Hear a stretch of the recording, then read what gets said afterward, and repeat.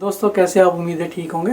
दोस्तों आज बात करेंगे पाकिस्तान की मजलूम तरीन किताब यानी पाकिस्तान के आइन के बारे में। किताबें मेरे पास मैंने आइन बनते देखा जिल्द अव्वल क़याम पाकिस्तान तक सियासी और आइनी जद्दोजहद की जीती जाती तस्वीर अल्ताफ़ हसन कुरैशी साहब ने इसको लिखा है। शरीक मुसन्निफ जो है प्रोफेसर डॉक्टर अमानुल्लाह है।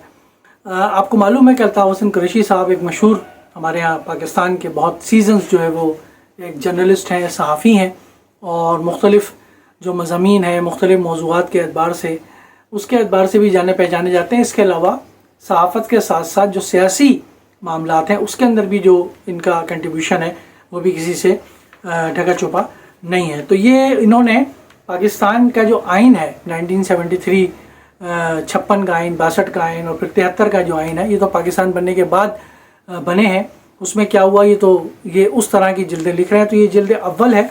इस जिल्द के अंदर जो है वो समझ लें कि जब मुसलमानों की हुक्मरानी थी एक तरह से बर सग़ीर के ऊपर, और उसके बाद जब अंग्रेज़ वहाँ आए बर सग़ीर के अंदर और अंग्रेज़ों ने वहाँ पर अपनी हुकूमत कायम की, तो अंग्रेज़ों की हुकूमत से लेकर के और क़याम पाकिस्तान तक की जो आइनी इर्तिक़ा है उसका जो है इन्होंने एक तरह से जायज़ा लिया है।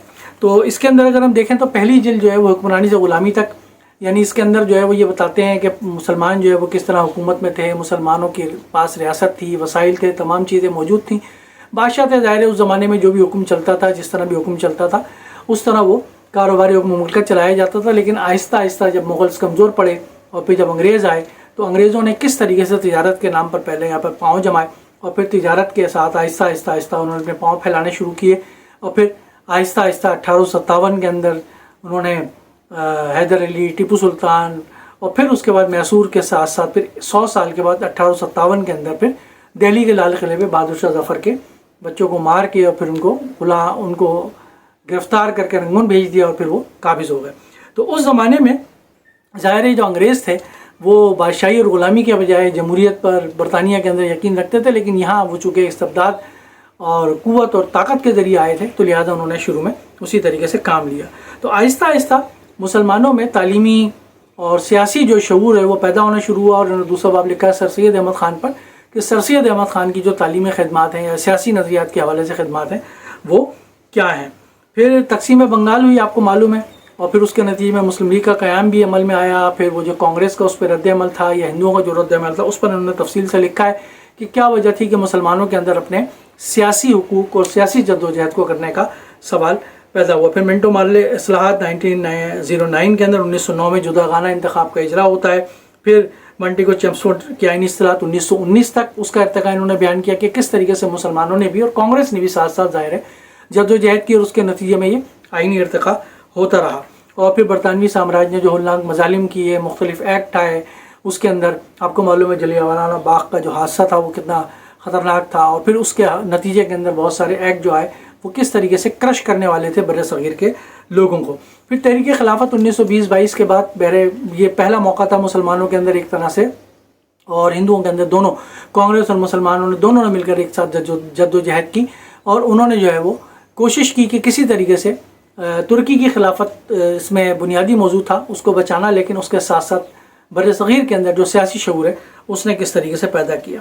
फिर हिंदू गलबे के लिए इश्तियाल अंगेज़ साजिशें। उसके बाद आपको मालूम है कि तहरीक खिलाफत के बाद शुद्धि तहरीक, संगठन तहरीक शुरू हुई और उसके बाद हिंदू महासभा का जोर बढ़ने लगा। इस तरह मुसलमानों के हवाले से भी मुसलमानों के अंदर भी इस सवाल का पैदा हुआ कि हमें अपनी हिफाजत और अपने दीन की या इस्लाम की या जो भी अपने शायर हैं उसकी हिफाजत करनी चाहिए।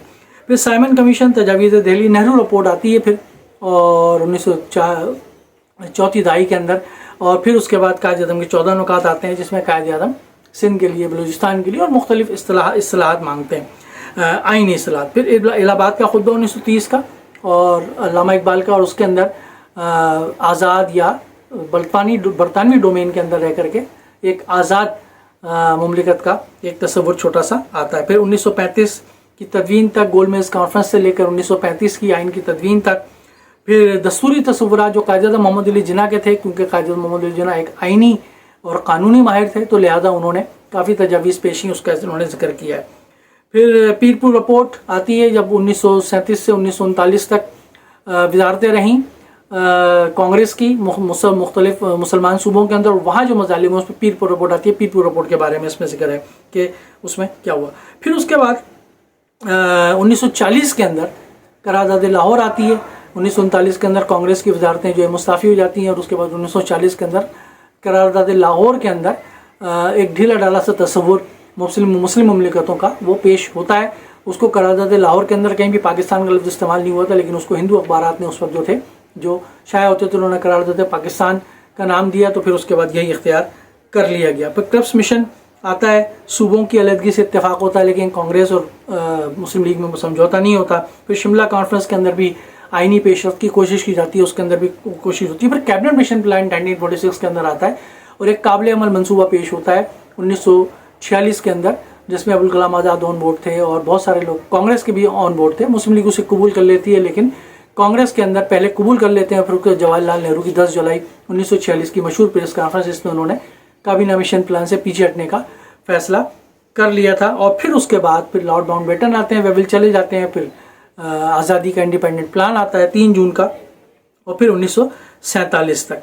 फिर कायद-ए-आज़म का जो रेड क्लिफ अवार्ड आया, उसमें 2 सूबों की तकसीम हुई, पंजाब की और बंगाल की। उसमें जो कत्लेआम हुआ उसका जिक्र है इसके अंदर।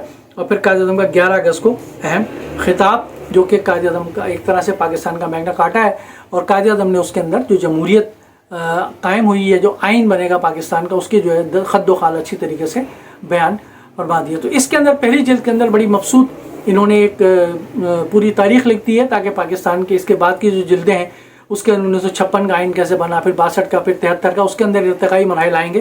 लेकिन ये पहली जिल्द इस हवाले से अच्छी है कि बर सग़ीर के अंदर एक तरह से आइनी जो इर्तिका है, आइनी सोच का इर्तिका या आइनी इदारों का इर्तिका, और इसी तरीके से आइनी और जो कवानीन थे उसका जो इर्तिका हुआ, उसके हवाले से ये पहली जिल्द बहुत अहम है।